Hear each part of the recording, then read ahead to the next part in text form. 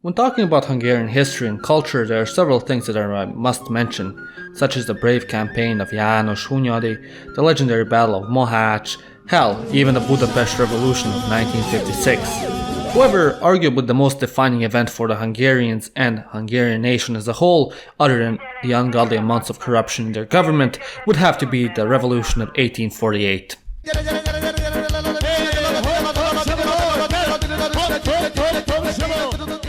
Ever since the late 19th century, Hungary was ruled by the Habsburg dynasty. This was mainly the case due to several centuries before, the country got its ass kicked by the Ottomans, so that the dynastical manifestation of genetic disease known as the Habsburgs took control of the country in the late 17th century, as the Austrian kingdom, who was in control of Hungary, managed to beat the Ottoman Empire and restore Hungary's borders prior to the 16th century. For the most part, everything was alright in Hungary throughout the 18th century. The country was set in a feudal society, it had a separate legal system and parliament from Austria, and even an old historic constitution, which they really liked. The kingdom, although technically under the rule of Austria, was mostly left to its own devices when it came to ruling.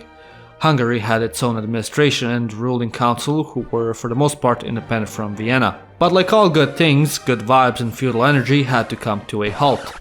In 1789, the frog-leg-eating people of France decided they had enough of frog eating and would prefer to have some cake, which their dear queen offered them previously a while ago. So they decided to storm into their queen's castle and take it, alongside her head and many other heads belonging to the aristocracy, and burn down their capital to the ground. Liberals.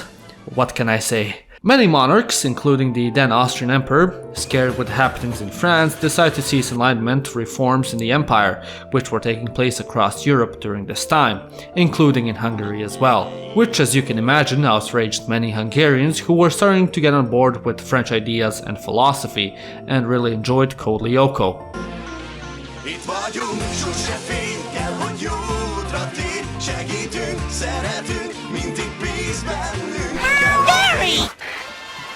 Throughout the kingdom, the Austrian monarchy started to become more unfavorable day by day. Many started viewing the aristocracy as the common enemy of the people, as they believed that they were holding back the masses from becoming educated and improving their lives. Some even started to argue for the establishment of a Hungarian federal republic. With the dawn of the 19th century, Hungarian intellectuals, writers, artists, poets, and even clergymen started creating works that would spread the idea of Hungarian independence from Austria and the Holy Roman Empire as a whole. During this time, two prominent figures arose amongst the crowd, the first one being István Széchenyi, who was a politician beloved by the masses.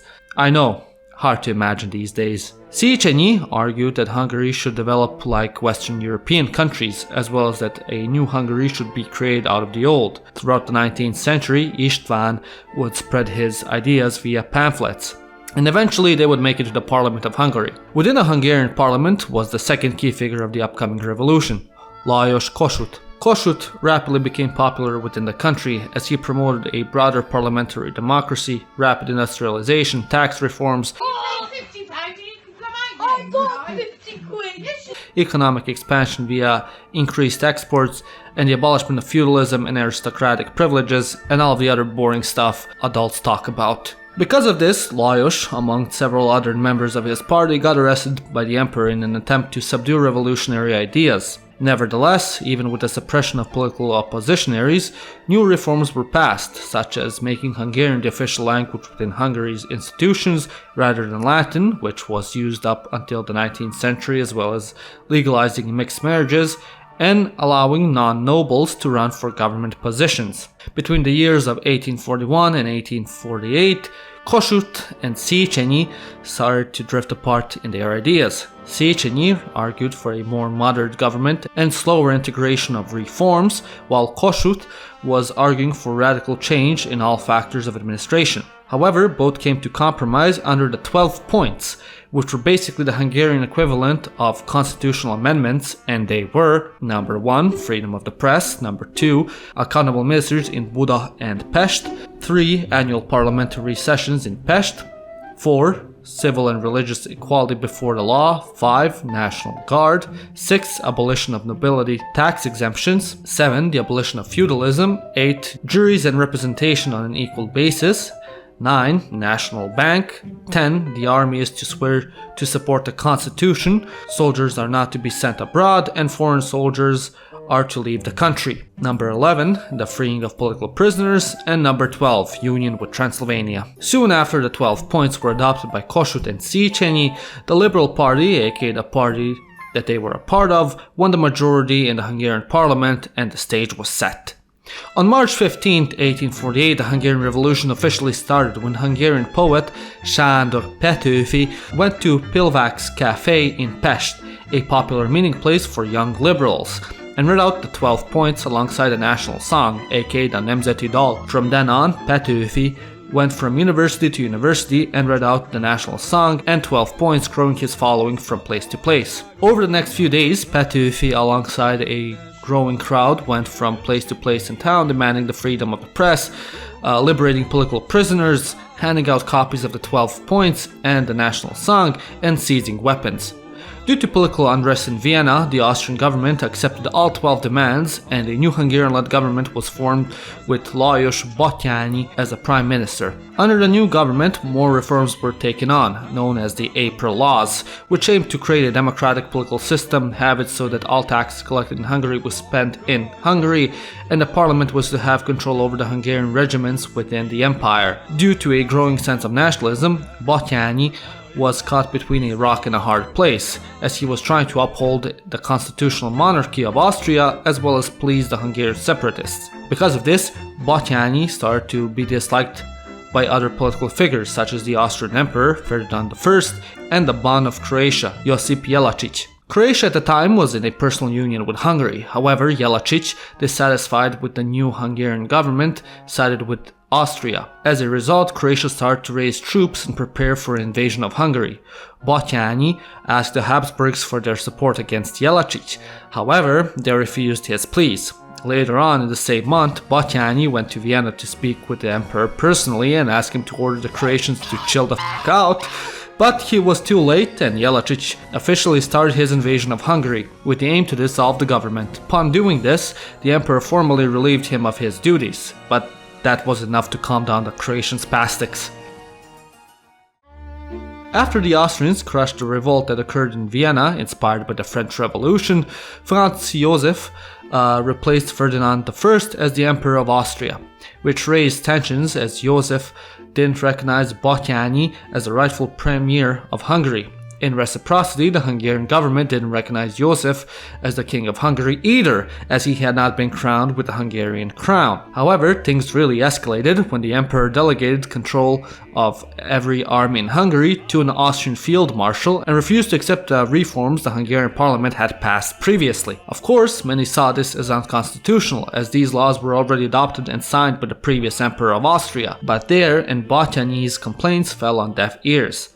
And thus war broke out in September of the same year, and Hungary was suddenly fighting on three fronts: Croatia on the south, Romanian separatists in the east in Transylvania, and Austria in the west. As you can imagine, Hungary was put in a rough spot, which was made even harder due to a lack of soldiers, so for the war effort, Kossuth went across the country to recruit volunteers for the new Hungarian army. In a matter of weeks, the Hungarian Revolutionary Army was formed. As Jelačić was marching north towards Pest, Batthyány was able to quickly intercept him and defeat the Croatian army at the Battle of Pákozd, which was the first and most important battle of the revolution, as it raised morale of the people and even inspired a second revolution in Vienna. Although the Hungarians won the first battle, they were still pitted against a much bigger and superior enemy. Thus, many within the government, including Batthyány, resigned, except for Lajos Kossuth, who was, because of this, instated as the head of government. While the Hungarian government was under a lot of strain, the Austrian one wasn't doing too much better.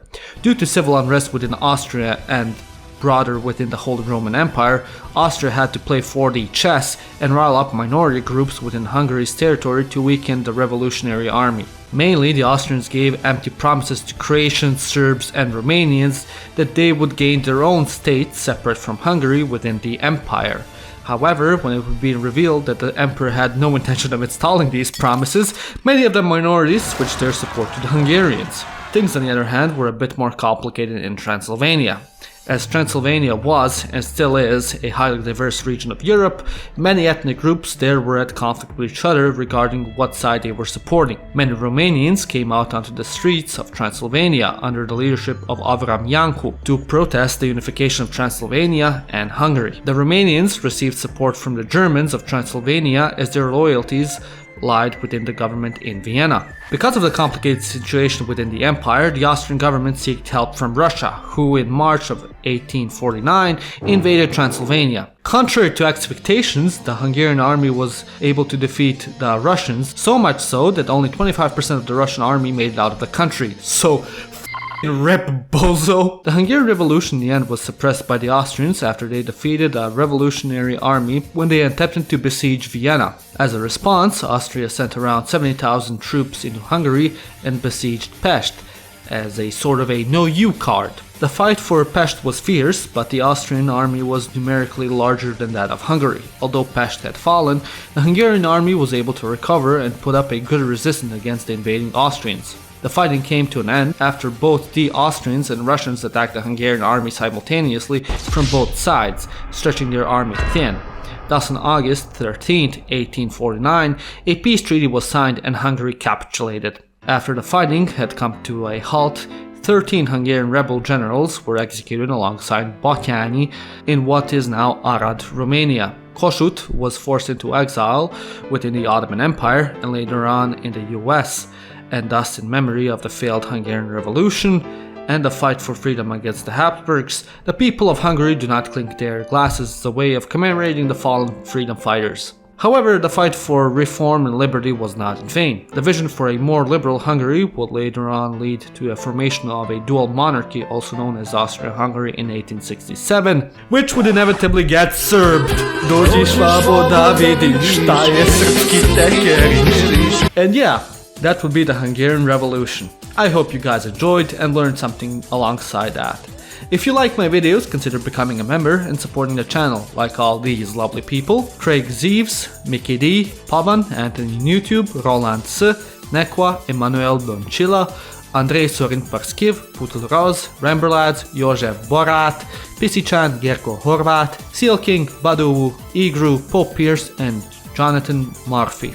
My name is János, and you've watched Living Around Clean Europe. Hey, hey, why